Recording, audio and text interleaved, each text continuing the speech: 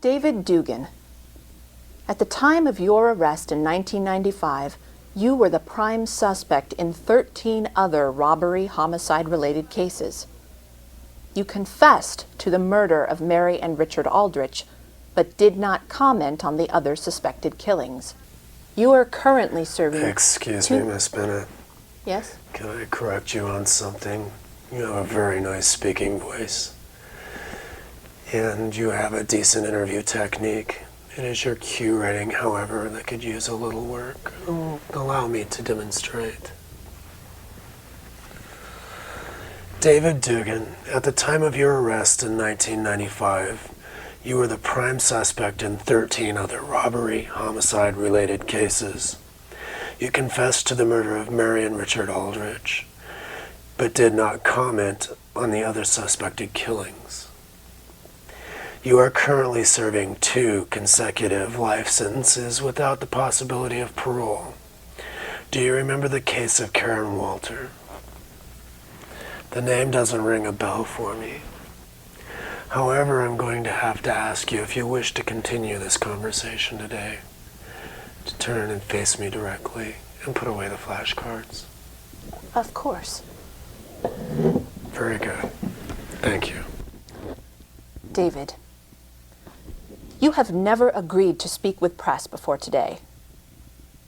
Why did you agree to appear on television today? Do you have any message for the families of your victims? One does what one is compelled to do, what is within his nature. The FBI believes that you are the happy-faced killer, the man they say savagely murdered 13 people in Oregon between 1991 and 1995. Do you feel any remorse for the lives that you've taken? You are going to spend the rest of your life in prison for the Aldrich murders. Why not tell authorities what they need to know about your other victims? No, Miss Bennett. Don't get ahead of the game. I believe that in a different life, you see me in a different way. Perhaps we could dance around in a more joyous celebration. This is, after all, television. And television is about entertainment. And I am your host, here to entertain you.